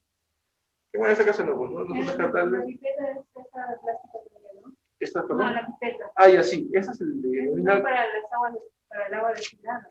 Sí, no, bueno, se le denomina pipeta Pasteur. Es multiuso, o sea que También puede ser para el agua destilada. Usualmente vas a ver también por eso, por ejemplo, es, no sé, ya. Esos volúmenes están de adorno, no usualmente no se utilizan para, no suelen usarlo tampoco, es correcto. Por ejemplo, si también quieres enrasar el volumen que tú quieres atar, ¿no? Puedes hacerlo así, con la fiola inclusive, ¿no? Está llenando el volumen, puedes enrasar el volumen adecuado con esto, ¿no? A veces la picheta elimina un volumen más extenso, ¿no? No, también es más que todo lo usamos en el momento que vas a tener que traspasar un suero o un plasma. Y entonces lo que hace es que agarras tu primer pica, sacaste, pasaste al otro tubito y ya después. En el ambiente clínico, claro, no tienes un tubo de muestra, pero esa pipeta, y es de un uso, pues, de carta, ¿no? Utiliza carta, así es, ajá. En el caso del ambiente así, también puede ser para enrasar algunos volúmenes, ¿no? Tienes multiuso. Para las coloraciones también, inclusive, también se usa las pipetas, inclusive vienen a veces ancladas a los frascos de reactivos, o sea, es multiuso. No tiene esa ventaja también. Bueno, yo creo que ya podemos retomar, ¿no? Bueno, vamos a ver los materiales de metal, que son más cortos, y vamos dejando el plástico por el final, para la otra clase, y por lo que falta más. Este equipito también quería verlo hoy día, pero ya creo que no va a alcanzar tiempo. Es el único equipito que tenemos en nuestra práctica, pero va a ser muy usado de todas maneras, ¿no? Esta es una balanza digital, ya vamos a verla más adelante, ¿no? Bueno, en resumen ya vimos casi todo el material de vidrio, ¿no? Solamente me faltó este, que es el famoso goterito.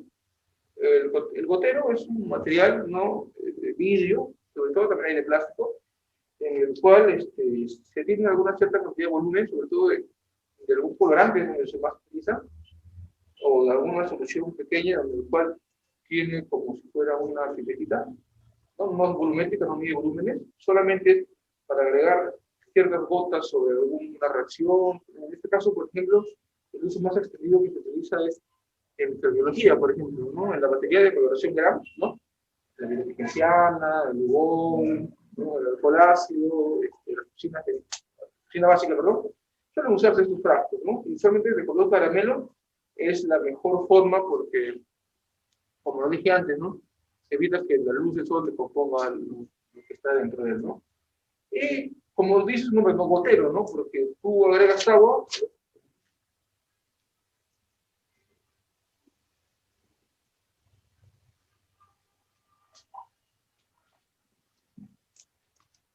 ¿Cómo dice su nombre, no? Agregas agua, absorbes igual por presión negativa, tiene un chupón de plástico, y por presión negativa, igualito, vas vertiendo, ¿no? De gota a gota, nombre gotero, ¿no? Tiene un montón de aplicaciones. ¿Alguien sabe cuánto es el volumen de una gota? Así convencional. ¿Tienen alguna idea? El volumen de una gota convencional. Aproximadamente es de 30 a 50 microlitros. Hablamos de una 20 gotas aproximadamente hace un mililitro de volumen, ¿no? Ajá. Por ejemplo, en hematología también se usa mucho para la coloración de Wright. Lo he visto en algunos casos. Ahora también en el ambiente clínico, inclusive es automatizado, inclusive hay equipos para colorear de forma automática, que ya tampoco se suele usar tanto. Pero igual también en microbiología sí se suele usar mucho porque las coloraciones ahí sí son manuales, ¿no? Pones tu bandeja de láminas, abres tu colorante y lo vas colocando de manera homogénea, ¿no?, a las láminas fotogénicas, ¿no?, y le das un tiempo de reacción, ¿no? Es muy ampliamente usado el gotero, sobre todo más o menos en microbiología, es el lugar más práctico donde se suele ver en el ámbito clínico. Después de ahí, ya casi perdió su uso. No sé si aquí saben en otra aplicación donde no se puede ver. Personalmente no lo he visto más. Y después podemos ver, otro material que me olvidé. No, está bien, todo está bien. Vamos a hablar del material de metal, un poquito menos, ¿no? El material de metal, el que tenemos acá al menos, es también utilizado sobre todo en los laboratorios clásicos, ¿no? Pero siempre igual hay que empezar de lo clásico para que vean cómo evoluciona el laboratorio clínico. El material de metal, de preferencia, suele utilizarse de acero inoxidable, de preferencia que sea así, ¿no? Cualquier otro tipo de metal, o que no sea de la calidad adecuada, hace que este se oxide y pierda su capacidad, no solamente del material, sino que puede ser perjudicial para la reacción química que puede ser en el trabajo o en algún protocolo de ensayo. Así que hay que tener mucho cuidado con eso. Un material de metal que podemos ver bien convencional son estas famosas gradillas, ¿no? Estas gradillas son las famosas gradillas autoclavables. ¿Qué significa autoclavables? Que tú lo puedes meter al autoclave, al equipo que vimos, que servía para esterilizar materiales, o en algunos casos salares, ¿no? Y puede soportar esas condiciones extremas, ¿no? De 120, una temperatura de 121 grados o una presión de atmósfera, ¿no? Esas son las famosas gradillas autoclavables. Siempre tienen esa presentación blanca, ¿no?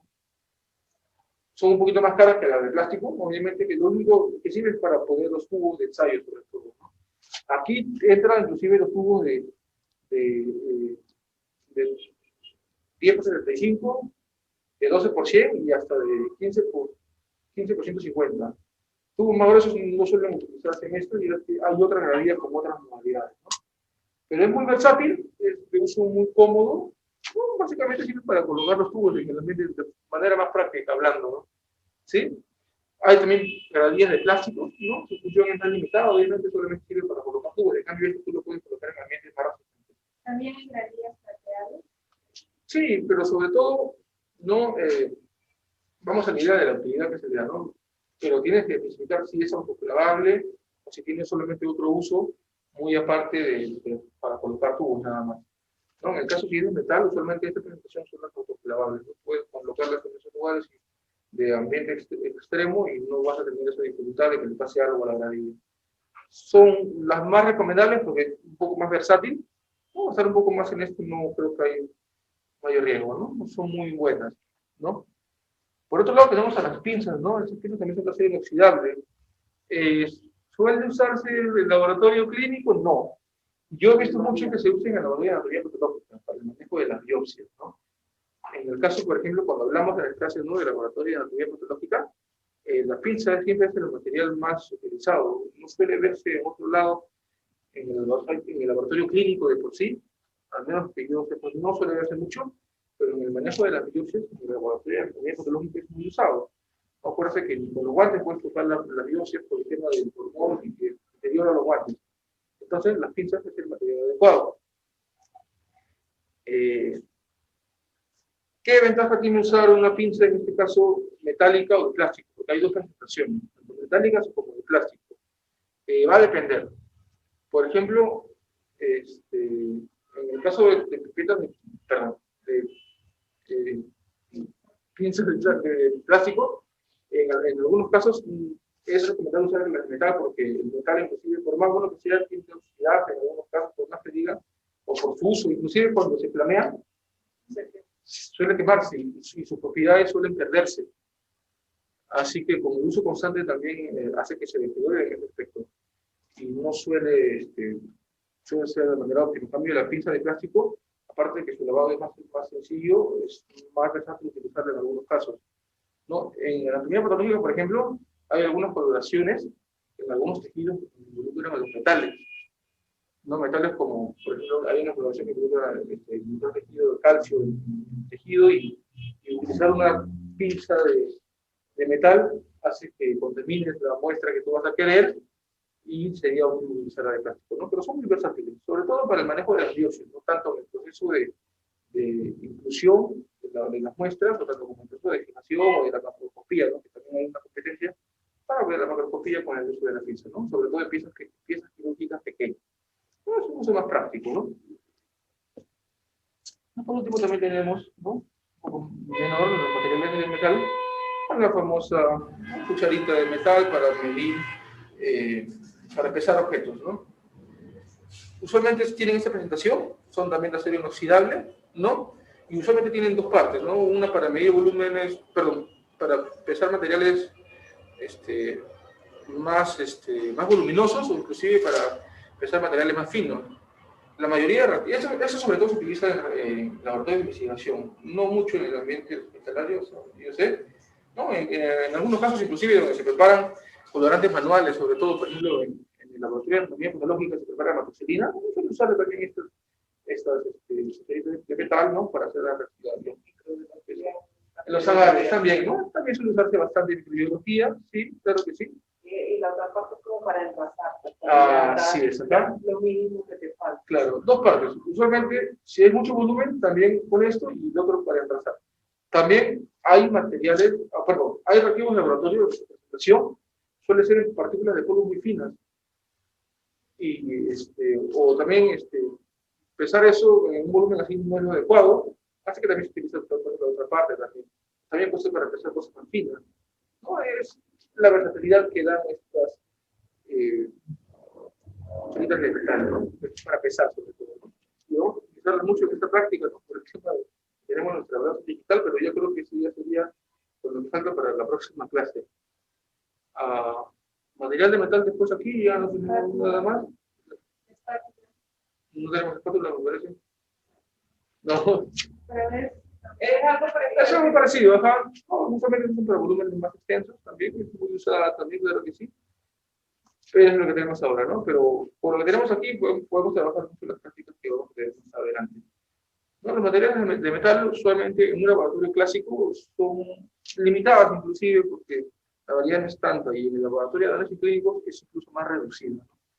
Como sabrán, ¿no? En un laboratorio clínico, por el tema ya de la versatilidad en el uso, el material tiende a ser más descartable, ¿no? El material, hay más material de plástico, inclusive desechable, inclusive el vidrio en algunos casos desechable, es de un uso, hace que sea, como que es el término más correcto, más, el capitalismo está más incluido ahí, ¿no? Hay gastas, ¿no? Pero es por ya un tema de darle seguridad al paciente en este caso, ¿no? En caso de estar lavando y puede conducir a algún error en el caso inclusive de medir las muestras, ¿no? Así que esa también es una desventaja en el caso de los materiales de metal, pero al mismo tiempo es muy importante, ¿sí? Yo creo que por ahora está muy bien, ¿no? Yo creo que no hay alguna duda, alguna consulta con respecto a los materiales de metal, ¿no? No creo que haya nada. Entonces lo que falta, creo que tengo unas cositas más por ahí, lo vemos ya para este domingo que viene, ¿ok? ¿Sí? Chicos que están en casa, ¿no? Yo les dije el día domingo que íbamos a ver el examen que quedó pendiente, ¿no? Como nunca hubo una clase teórica después, me parece que nunca se llegó a ver las claves, las respuestas respecto a su examen, ¿no? Así que entonces yo desde el celular, les parecería bien si les voy diciendo las preguntas y las respuestas y saber cómo han marcado ustedes, ¿ok?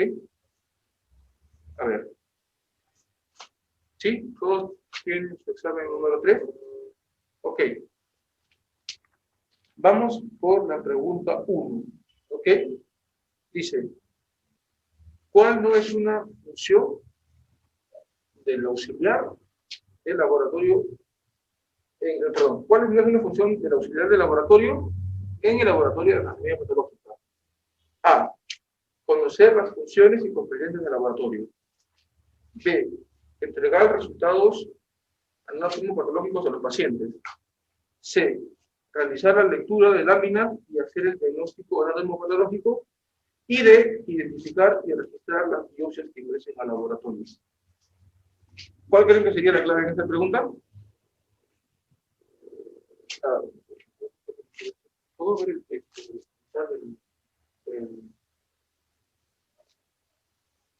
La imagen del chat. La imagen del chat en la pantalla. ¿Podría? Para saber por qué no se trataba de dar el examen. Podría, nomás. Si no, daría la clara, que es más versátil. Si es que no se puede, no hay problema. Ya, no, ya, no se preocupe. Ok.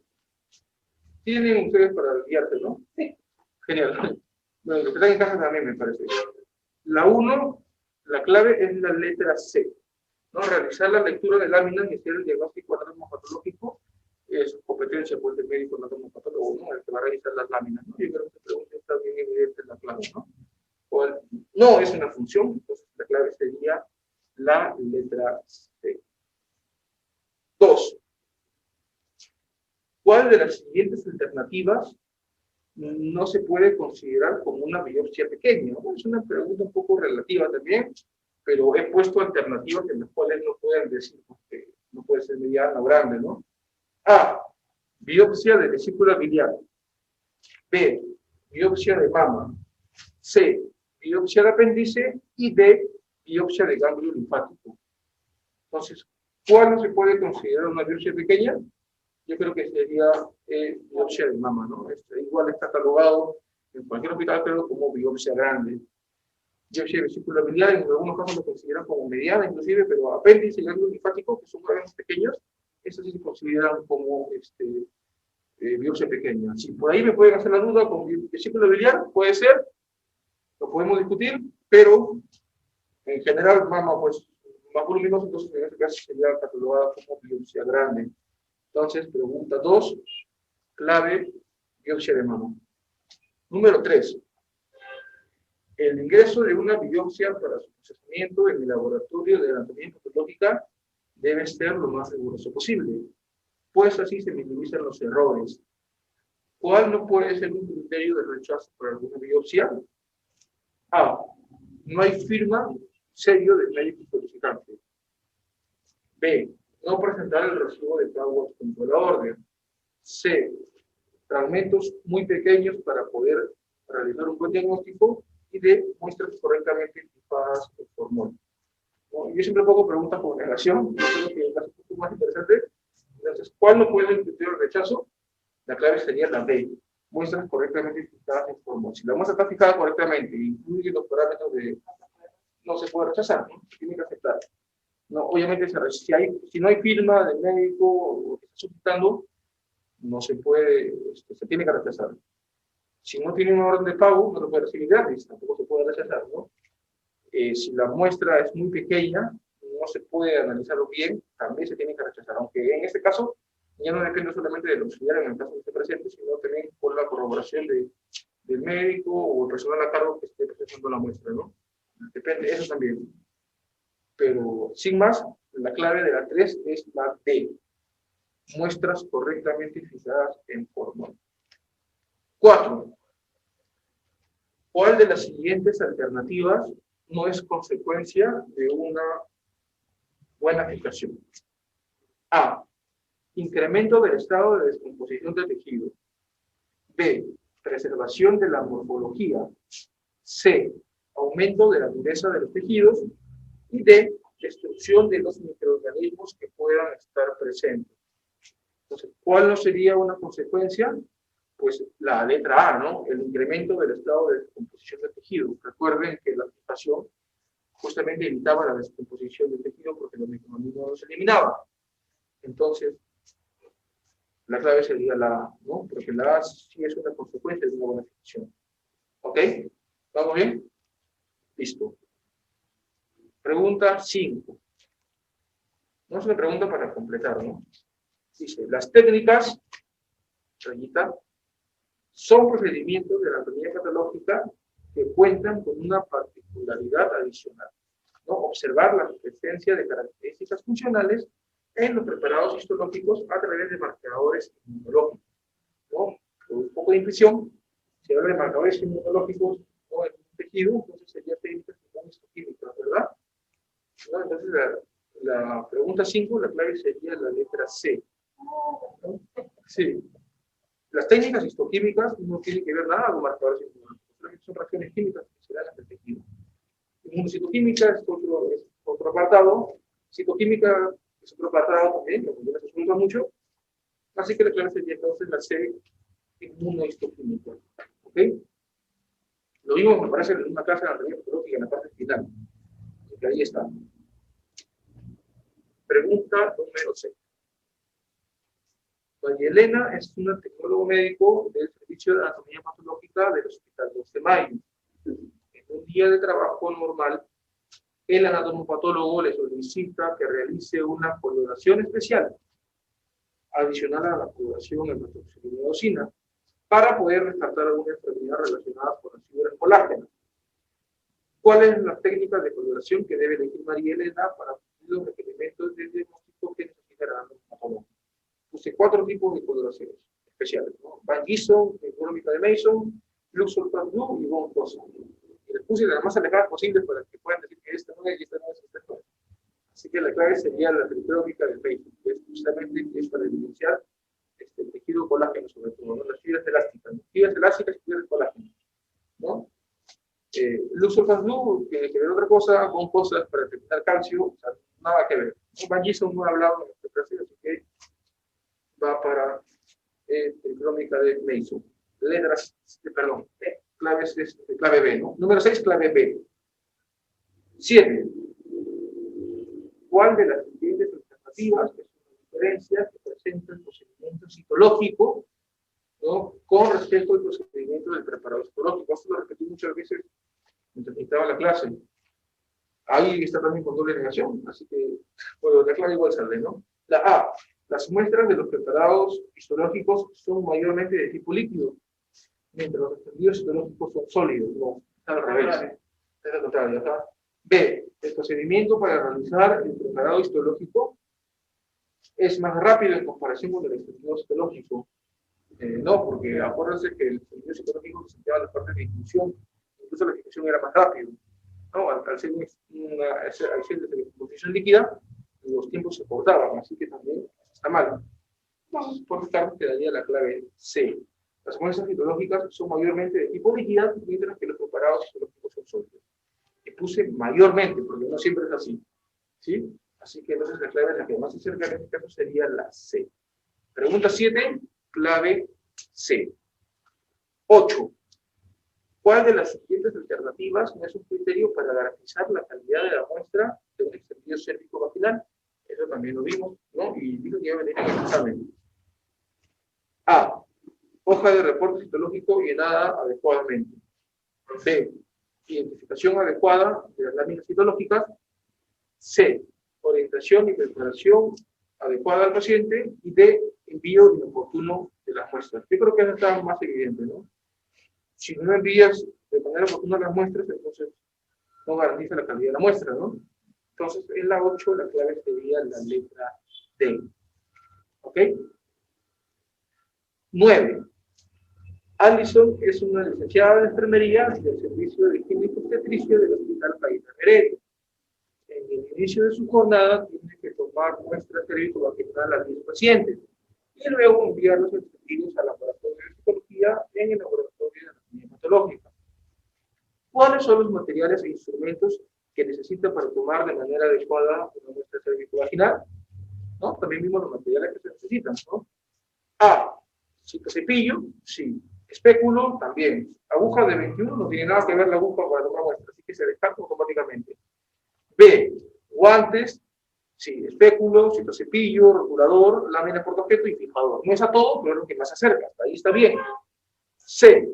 Rotulador, espéculo, lancetas. Lancetas no tienen nada que ver con las lancetas en el toma de muestra cérvico-vaginal. Así que por descargo no se quedaría la clave B. Pregunta 9, clave B. 10. ¿Cuál es la diferencia más acertada para diferenciar plasma del suelo? Entonces también lo comenté mucho y me tomó un tiempito para explicar. A. El plasma es el componente de la sangre que no presenta los factores de coagulación. Por tanto, el paquete globular está en estado sólido. Eso está mal. Acuérdense que el plasma sí presenta los factores de coagulación. Así que por eso la sangre está en un estado líquido. Puedo decir así. O sea, A no es. B. El plasma es el componente de la sangre que presenta los factores de coagulación. ¿Sí? ¿Está bien? Por tanto, el paquete globular sigue en estado líquido. Correcto. Eso sí. La C que dice, es el plasma, el componente de la sangre que presenta los factores de coagulación, por tanto, el paquete globular está en estado sólido. Nada que ver. Está una parte bien, pero no está mal. ¿Sí? 10, la B. Genial.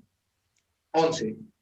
Es la prueba que tiene como objetivo medir el tiempo en que coagula una muestra de sangre. Miren la vía extrínseca de la coagulación. Lo puse en negrito, incluso me acuerdo de mis diapositivas, ¿no? Nos referimos a qué prueba, ¿no? A. Tiempo de trombina. B. Tiempo de tromboplastina parcial activada. C. Concentración de fibrinógeno. Y D. Tiempo de protrombina. Acuérdense que las pruebas de coagulación mayormente se miden en segundos, en tiempo, ¿no? La vía extrínseca la mide el tiempo de protrombina, ¿sí? Que los valores normales son de 11 a 14 segundos.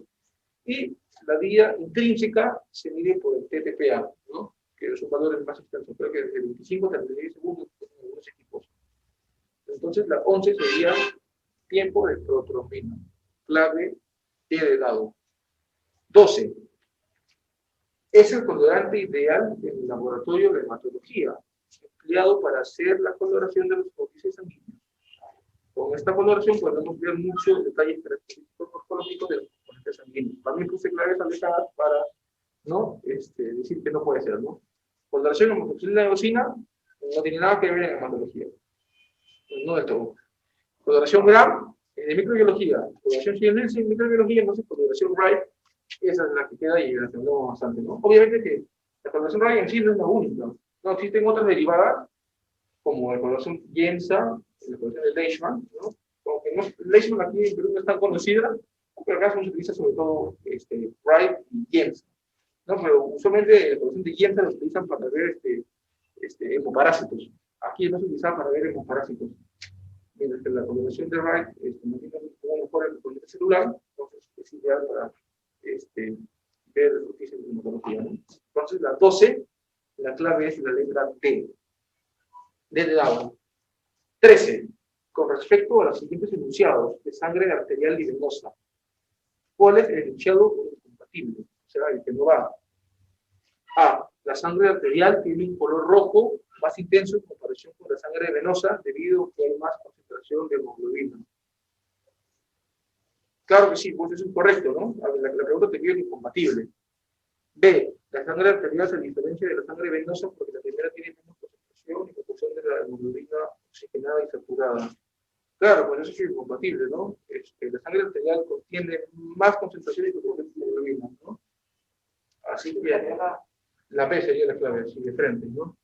Ya las otras son para parafraseos de los dos anteriores que he mencionado, ¿no? Entonces, en resumen, la 13 sería la clave B, B de barco.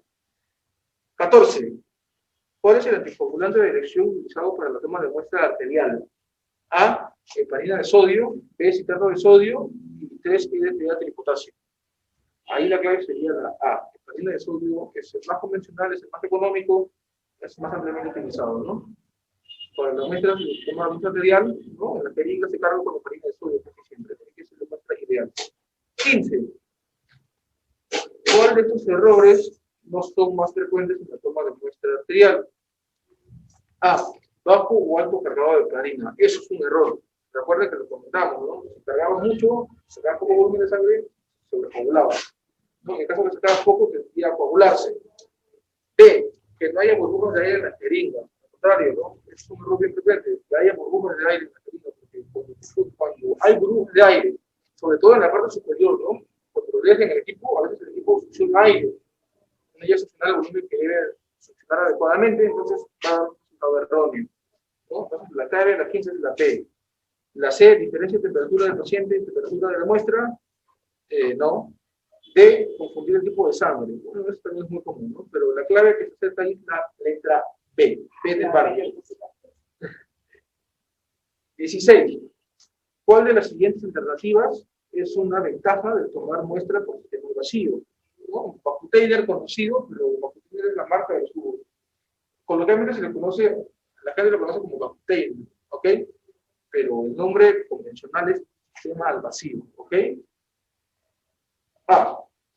El contacto que tengamos con la sangre del paciente es mínimo, garantizando así la seguridad del procedimiento. Claro que sí, ¿no? La seguridad que garantiza el toma de muestra vacío es el mínimo contacto porque hay protección por todos lados, ¿no? Tanto en el sistema de perfusión, con la aguja doble bisel y el tubo, ¿no? Evita el mínimo contacto con la sangre. B. Requiere más técnica en comparación con otros métodos de toma de muestra sanguínea. No, al contrario, inclusive empezar a tomar toma de muestra sanguínea es más recomendable empezar con el sistema vacío. ¿Sí? Así que no. C. El método está reproducible en lugares que no sea la vena cubital. El método no está reproducible en lugares que no sea la vena cubital, media del brazo, como las venas dorsales o comunes del pie. Sí, pues no, el método no es reproducible en estas zonas. No hay mucha suficiente presión negativa que ejerce el tubo, así que no es recomendable. De ahí está el método de aguja libre, que es un poco más versátil en esos pasos para tomar muestra. D. Al no haber presión, la sangre caerá gota a gota. No, eso tiene que ver con la toma de muestra aguja libre. Ahí es más práctico, ¿no? 17, es un textazo. La 16, la 16, perdón, sí, 16, clave A, así es. Ajá. 17. Victoria es una jefa del área de laboratorio clínico que elabora en el centro de salud de la Buena Esperanza. Este centro de salud cubre una amplia zona del poblado donde se asienta. Para ello debe coordinar la campaña de salud para el descarte de anemia entre los niños que se realiza en el centro de salud.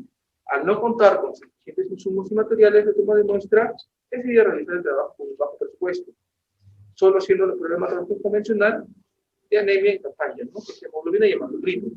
Para ese tipo de trabajo que está realizando, ¿cuál sería la forma más económica de tomar la muestra? Poder realizar exámenes que se mencionaron, ¿no? Hablamos ahí de punción de sangre venosa con aguja libre, un poco más costoso, requiere más materiales, corto. Punción de sangre capilar con lanceta es el método funcional más económico y el que más se utiliza. Punción de sangre capilar con jeringa, no más gasto. Punción de sangre venosa con sistema vacío, tampoco nada que ver. La clave es la B, la punción de sangre capilar con lanceta, es más versátil. 18. Si se fracasa en el primer intento de toma de muestra de sangre venosa, ¿qué no se recomienda? A. Mover la aguja bruscamente, obviamente, ¿no? Eso es lo peor que se debe hacer, pero siempre con calma, y hay que tener experiencia en algunos casos de hacerlo, pero bruscamente, obviamente, que no tiene nada que ver. Entonces, la 18 es la A. B. Sustituir el tubo, ya que se puede perder vacío, eso sí, claro que sí. Sí se recomienda en algunos casos cuando está vencido, sobre todo, pierde el vacío, se pueden cambiar, ¿no? No hay nada que decir. La 18 es la letra A. 19. Corresponde a la cantidad menor de existencia de un material que se puede mantener en el almacén bajo el cual el riesgo de ruptura de stock es muy alto. Hablamos mucho del tema de ruptura de stock, ¿no? La cantidad mínima que debe tener un almacén para evitar que se quede desabastecido. En otras palabras, es evitar que el almacén se quede sin provisiones, como lo dije, ¿no? Entonces, stock mínimo o de seguridad es clave, ¿no? Es muy importante tener, ¿no? Es el manejo logístico. ¿No? Lo demás eran cosas que no tenían nada que ver con lo que dice la pregunta. Y por último, la pregunta 20, también en la cual hablamos de la logística en el tema de asistencias de laboratorio.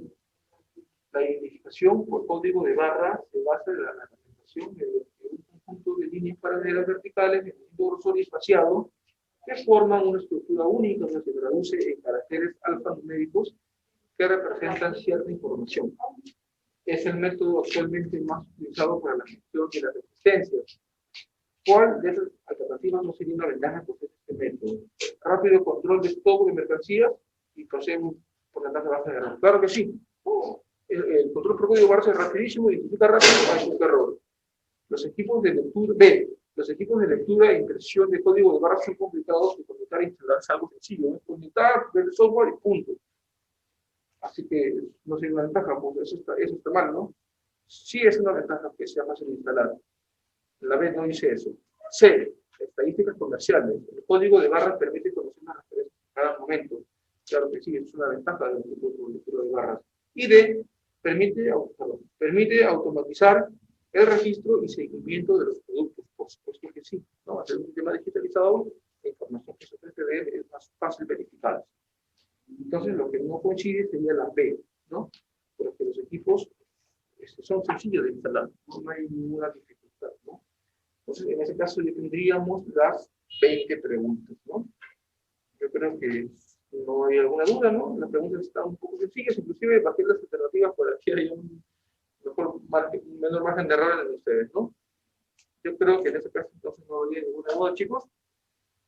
No, acá tampoco no hay ninguna duda, ¿verdad? Bueno, entonces, como todavía está inconclusa la práctica del día de hoy, ¿no? El domingo vamos a continuar con la práctica de materiales de laboratorio para ver, ¿sí? Entonces, eso sería todo por el día de hoy, ¿no? Nos deberíamos hasta el domingo, igual que ustedes. Que tengan buen día, chicos. Buenas noches.